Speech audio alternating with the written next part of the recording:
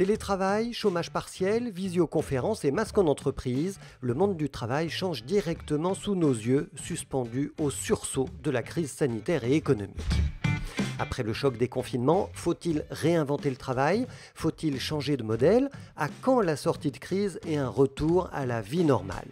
Je m'appelle Frédéric Vuillot, je suis journaliste et je pose la question à des experts de tous horizons dans cette 3e saison du podcast de l'Unédic, Point de suspension.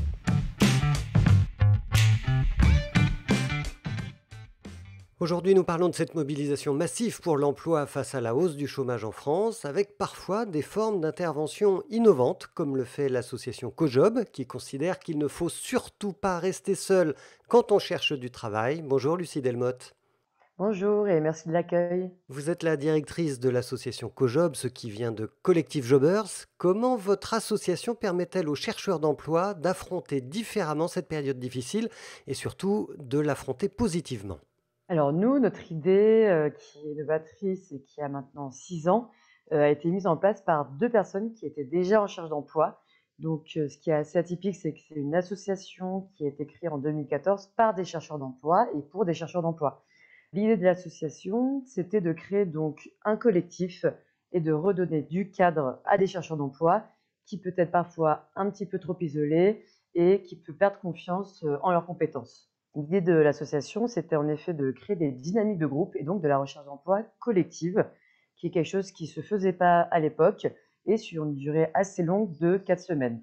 Le programme a évolué, a changé, s'est structuré au fur et à mesure des années. Et aujourd'hui, donc, les promos CodeJob durent 4 semaines et ont pour objectif donc, de redonner une dynamique collective à un groupe de chercheurs d'emploi, de redonner du cadre grâce à un emploi du temps avec des horaires précis et des ateliers, et de redonner confiance en soi et un sentiment d'utilité aux chercheurs d'emploi grâce à certaines missions de bénévolat, comme par exemple rédiger la newsletter de l'association ou aller faire du bénévolat en extérieur sur des missions terrain.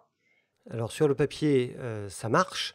Dans la réalité, ça concerne combien de personnes? Est-ce que vous voyez des effets effectivement positifs à la sortie de vos programmes d'accompagnement? Oui, tout à fait. Alors nous, on est vraiment sur du qualitatif parce qu'on est une toute petite structure, et l'idée, c'est en effet qu'on peut pas, donc accompagner un énorme nombre de chercheurs d'emploi. L'idée principale, c'est que chaque personne en recherche d'emploi puisse avoir comme réflexe de se mettre en collectif, donc de contacter peut-être 1 ou 2 autres personnes en recherche d'emploi et de temps en temps de s'organiser ensemble des temps d'échange, des temps d'atelier ou des temps pour, partager les préoccupations du moment.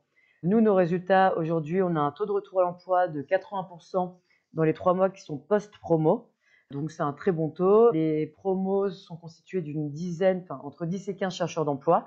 Donc, c'est pour ça qu'en effet, on est beaucoup plus sur du qualitatif que du quantitatif. Et alors en ce moment, on traverse quand même une période de pandémie très particulière. Est-ce que vous avez identifié des nouveaux freins qui se posent aujourd'hui aux demandeurs d'emploi et comment est-ce que vous permettez de les lever? Alors oui, on a constaté, je pense, comme d'autres structures d'accompagnement dans la recherche d'emploi, des nouveaux freins. Le principal serait celui de la peur de la concurrence sur le marché de l'emploi. Donc, cette peur qu'il y ait de plus en plus de travailleurs qui arrivent sur le marché de l'emploi et du coup que la concurrence soit de plus en plus rude. Aujourd'hui, ces freins ne sont pas réellement vérifiés dans le sens où on constate que les personnes déjà en emploi quittent beaucoup moins l'emploi dans lequel ils sont et donc la concurrence n'est pas si énorme.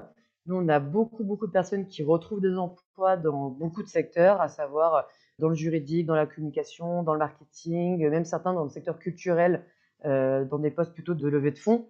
Moi, je constate pas au quotidien un marché de l'emploi qui est bouché.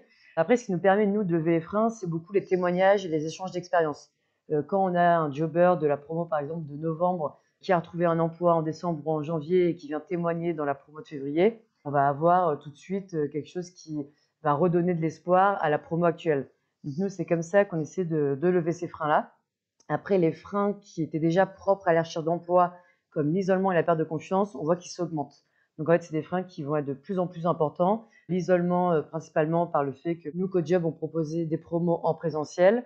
On a adapté le programme en mettant en place des promos à distance. Et on voit un frein, par exemple, par rapport à la visio. On a beaucoup de chercheurs d'emploi qui ont envie de faire CodeJob, et qui se disent bah, j'ai envie de venir dans un cadre en présentiel et de ne pas faire ça à distance derrière mon ordinateur.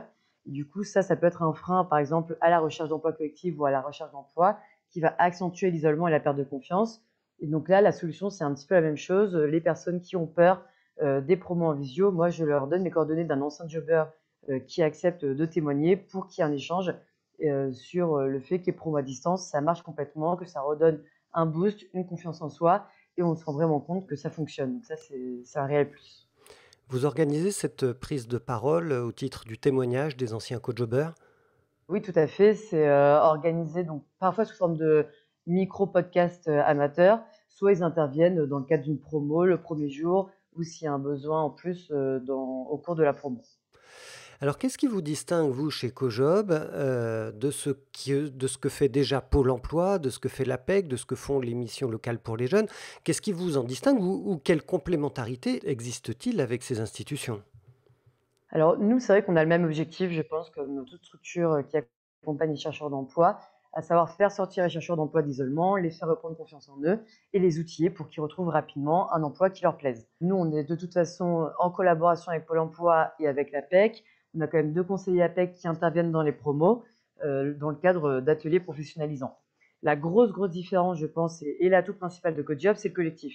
Nous, on fait du collectif, donc comme des ateliers que vont faire l'APEC ou Pôle emploi, mais on a du collectif sur le long terme.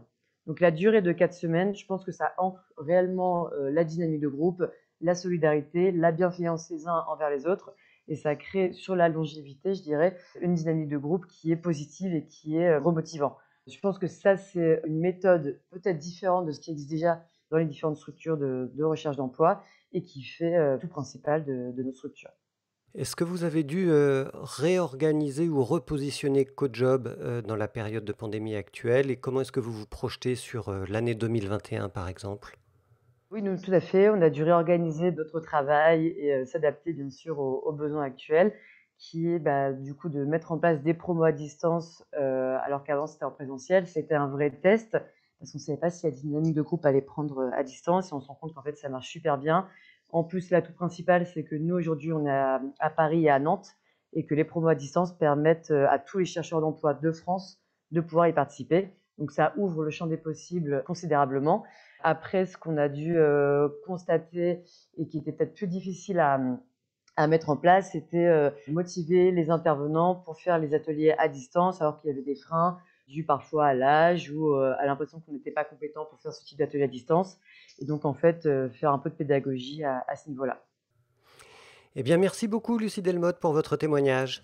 Je vous en prie, merci à vous pour l'accueil. C'était Point de suspension, le podcast de l'UNEDIC qui donne la parole aux experts.